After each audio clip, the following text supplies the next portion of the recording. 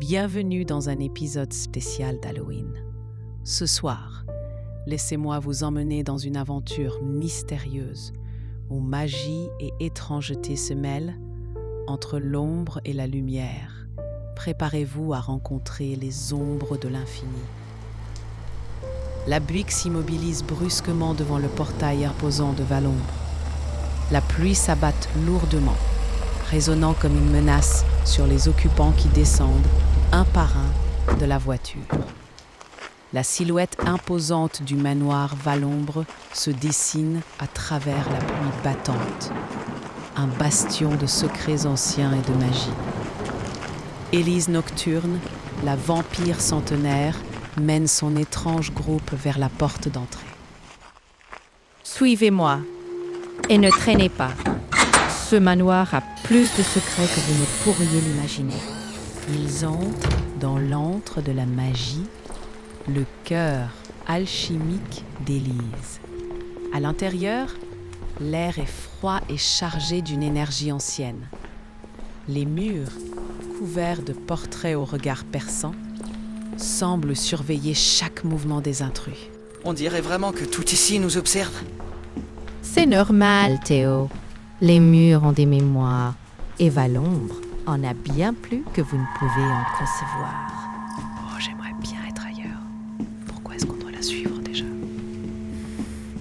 Restez derrière Mademoiselle Élise et tout se passera bien. Le groupe progresse à travers les longs couloirs sombres où chaque pas résonne avec l'écho d'histoires oubliées. Dans la pénombre, une silhouette se détache. Un être protecteur, le gardien du secret. Oh, qu'est-ce que c'est que ça? Nitras Thornveil, l'ombre obéit, le passage vous attend. Ah, bonjour à toi, Thorn. Ouvre-nous la porte, nous devons passer. Le fidèle gardien, un vestige de la magie d'Élise, se détourne pour ouvrir le chemin qui les mènera vers le cœur du manoir. Derrière cette porte se trouve l'ancien laboratoire d'alchimie, un lieu où des siècles de connaissances magiques ont été accumulés. Alors, si je me souviens bien, c'est ici que... Voilà.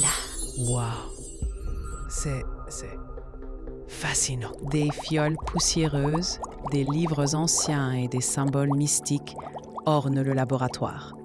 Le cœur de ce lieu est un cercle de runes, un portail vers un autre temps. C'est ici que votre voyage commence. Entrez dans le cercle et souvenez-vous, quoi qu'il arrive, ne regardez pas en arrière.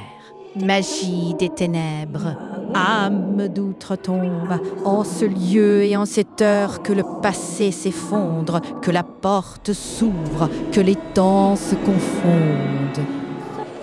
Les runes prennent vie.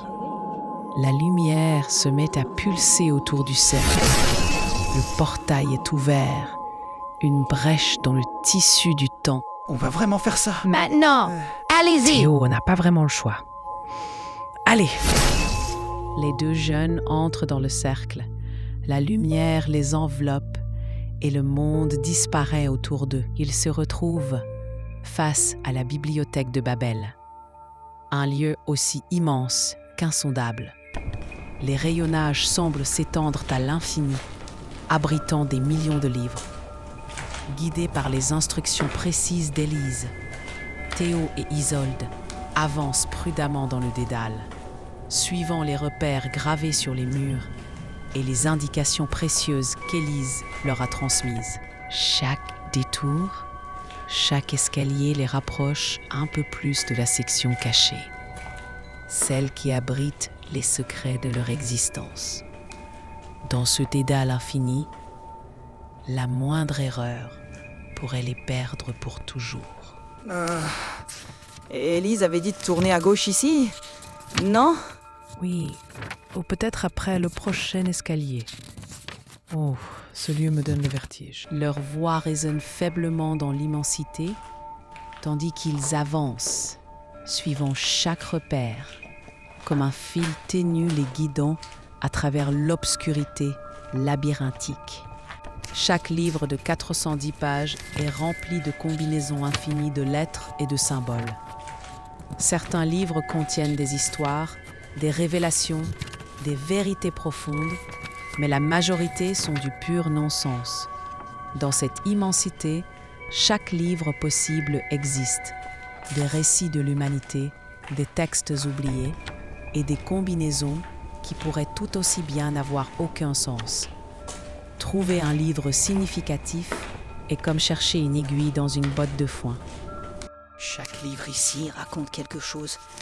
Mais lequel est le bon? Wow, regarde celui-là, Théo. Les pages parlent de nous. Quoi? Comment est-ce possible? Chaque ligne, chaque mot était déjà écrit. Comme si leur vie était programmée, imaginée par une force au-delà de leur propre réalité. Oh, nous ne sommes que des personnages? Ou peut-être ont-ils la capacité de réécrire leurs propres pages? Alors que nous refermons cette histoire, posez-vous la question. Et si vous aussi étiez dans une fiction? Si chaque instant pouvait être écrit par une autre main?